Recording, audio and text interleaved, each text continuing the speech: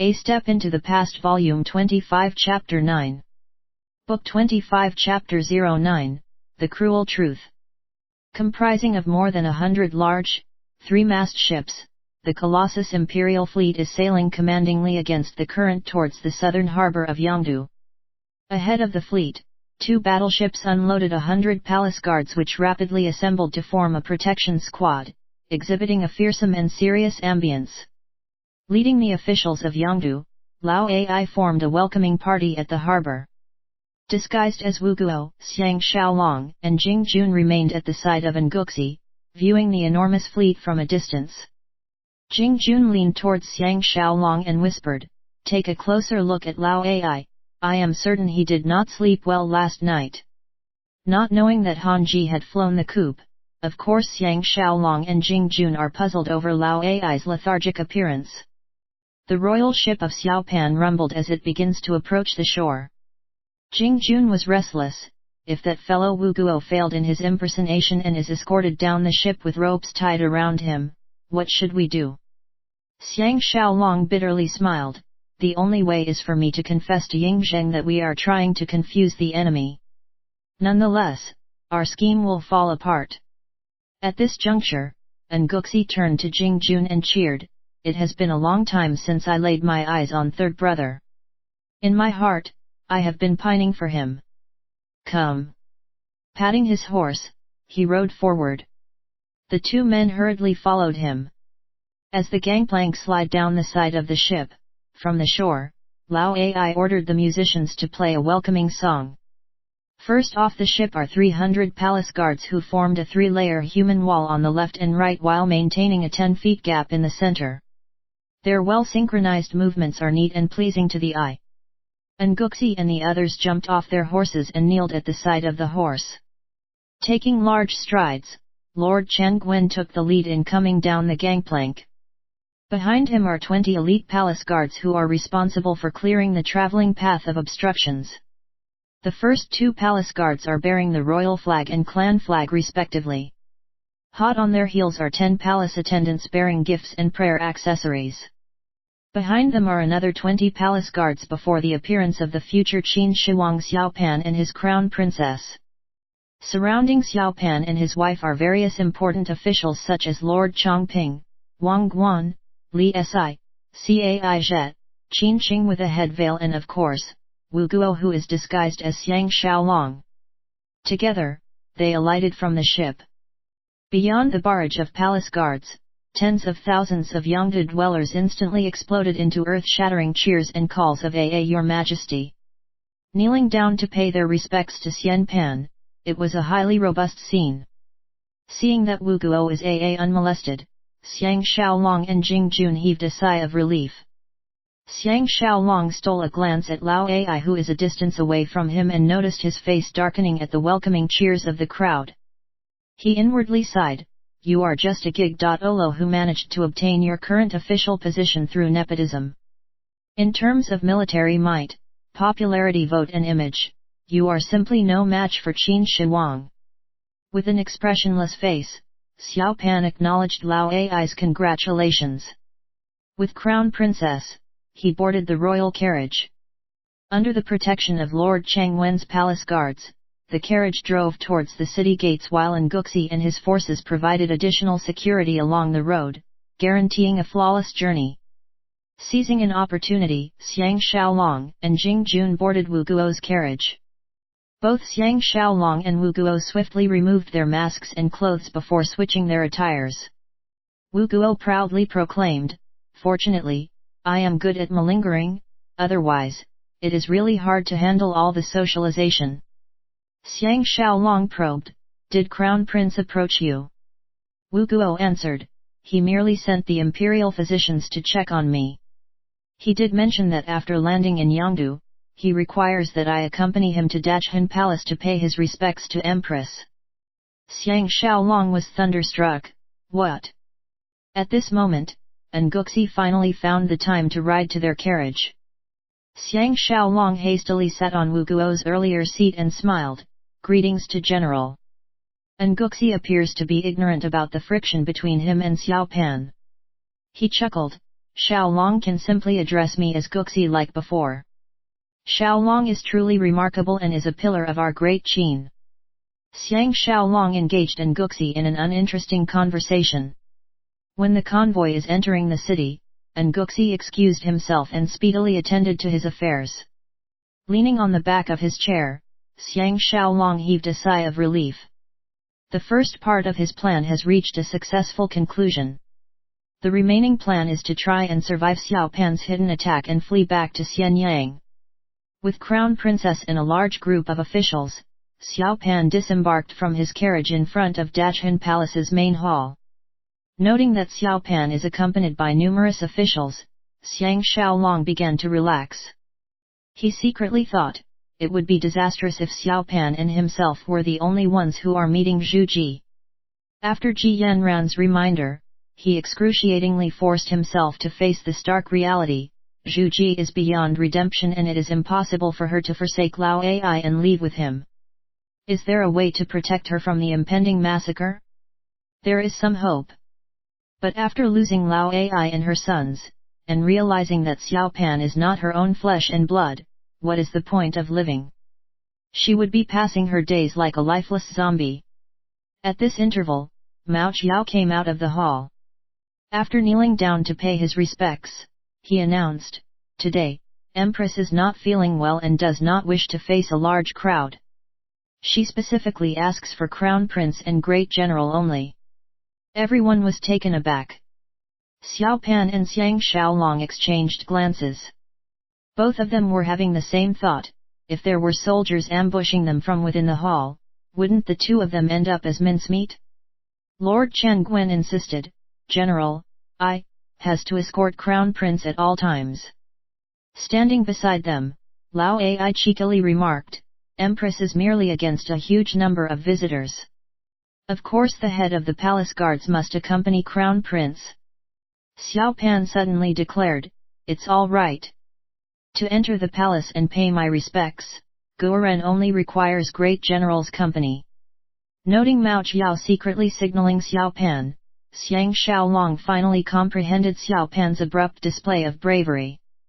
Gesturing at Xiang Xiaolong, Xiao Pan boldly ascended the stairs to the hall. Xiang Xiaolong hastily chased up to him. Without turning his head back, Xiao Pan whispered, "In your opinion, what is that lady thinking of?" Xiang Xiaolong whispered in reply, "She probably wants to clarify matters and from our meeting, she will decide whether she wants to support Lao Ai wholeheartedly or otherwise." Without the least hint of surprise, Xiao Pan coldly hissed, "This is called making one mistake after another." Xiang Xiaolong wanted to make a last-ditch attempt to remind Xiao Pan to keep his promise. But he is also fully aware that his effort would be in vain. Therefore, he suppressed the urge to talk about it.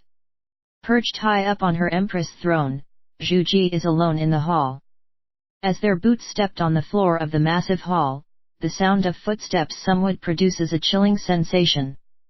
The empty and spacious hall is cold, lifeless, and uninviting. Although Zhu Ji is slightly chubbier, she is still as attractive as ever and there weren't any signs of aging. The only distinguishable factor is some haggardness in her features. Frostily eyeing the two men bowing to her, Zhu Ji plainly state, "Royal son, Great General, please have a seat." Both men sat down on the first two seats to her right. Xiao Pan simply followed the palace protocol and commented, witnessing Empress Mother radiating with even more brilliance than the past, "Royal son is filled with joy." Zhu Ji sighed with a breath, "How long has it been since I laid my eyes on Royal son? I believe it is at least 3 or 4 years. Sometimes, I felt as if I never gave birth to a son like you." His eyes flashing once with a killing aura, Xiao Pan quickly faked an air of reverence, "Empress Mother is mistaken. Royal son is fully occupied with matters of the state and on top of that, I do not wish to disturb Empress Mother's recuperation. Royal son still loves and care for Empress Mother just like before." Xiang Xiaolong stared blankly at the space in front of him. In his heart, he wished he was dreaming, for the truth is simply too unbearable. Remembering the earlier days in Handan when Zhu Ji and Xiao Pan are loving each other to bits, they have come to a stage when both parties are lying through their teeth and mutually scheming against each other. Her gaze landing on Xiang Xiaolong, Zhu Ji's voice became gentle as she acknowledged, "I have yet to congratulate Great General on your triumphant return." Staring intensely at her, Xiang Xiaolong can feel his heart being overwhelmed by immense and genuine sensations of guilt and affections. He sighed, "It was due to luck that I managed to preserve my life. It is not worthy of Empress's commendation." Her delicate eyes turning chilly, Zhu Ji interrogated, "Recently, the rumors surrounding the heritage of Crown Prince is spreading like wildfire. What counter-strategies do Great General propose? I hope you can say something to calm my nerves." Xiao Pan icily interrupted, "Royal Son has issued a statewide decree, prohibiting anyone from discussing this matter. I hope Empress can understand my position and put your doubts to rest." Zhu Ji blew her top, "As your natural mother, am I barred from discussing it too?" Xiao Pan replied with indifference, "Royal Son dare not. However, Great General is not permitted to violate the decree." Zhu Ji started laughing in an unnatural way. She pitifully observed, "It nearly slipped my mind. 3 days later, Royal Son will be officially crowned. Naturally, you cannot be bothered with me, Empress." Xiao Pan plainly state, "Empress Mother is mistaken about Royal Son. At the end of the day, the slanders that Empress Mother heard are deliberately cooked up by evil villains who wishes to disrupt the relationship between us, mother and son." Subsequently, he stood up and declared, "Empress Mother's health is far from ideal, it is not good for you to get agitated. Royal Son is taking my leave. At a later date, I shall pay my respects to Empress Mother again." Up till now, Xiang Xiaolong did not have a chance to speak out. He could only sigh to himself. Even if Xiao Pan did not have the intention to kill her, based on Zhu Ji's words, she has basically sentenced herself to death. To make it worse, Xiang Xiaolong is incapable of saving her. This is because Zhu Ji no longer treats him with goodwill. The goodwill has been replaced by the bitterest hatred of all. She has already jumped to the conclusion that Xiang Xiaolong had deceived her, and may even assume that Xiang Xiaolong has killed her real son. Given these circumstances, what can he do? Kainian Palace. In the imperial study, Xiao Pan received the giant steel bow of Guanzongzi that Xiang Xiaolong had presented to him. He burst out laughing, "Official Guan, if you did not end up as a muddle-headed ghost, you should have realized that you made the worst mistake of your life by choosing to collaborate with Lu Bue years ago." Standing on Xiao Pan's left and right are Li Si, Lord Chongping, Lord Changwen, and Guxi, Wang Guan, and several other officials. One by one, they congratulated Xiang Xiaolong for drawing first blood. As if a huge burden is lifted off his shoulders, Xiao Pan placed the steel bow on his table and motioned for the officials to take a seat.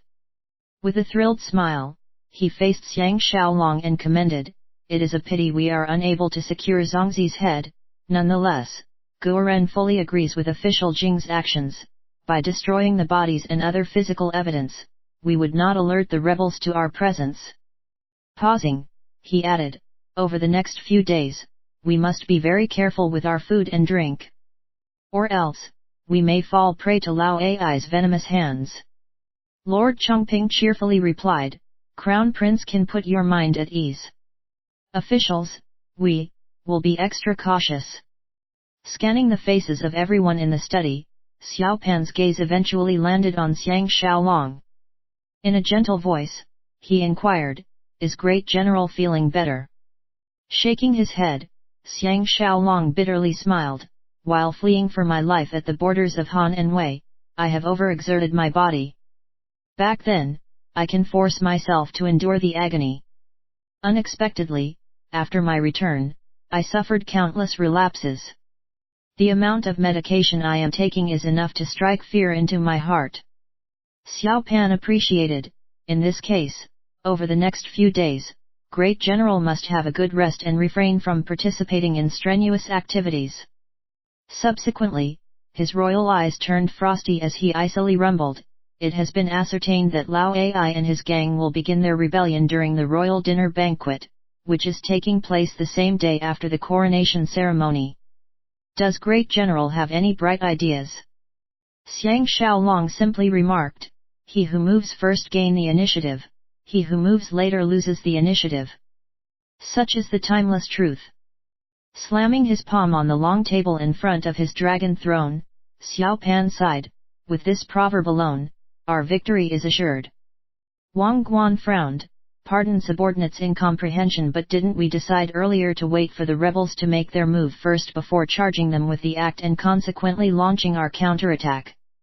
Xiao Pan compellingly chuckled, earlier decisions are based on earlier circumstances, present decisions are based on present circumstances.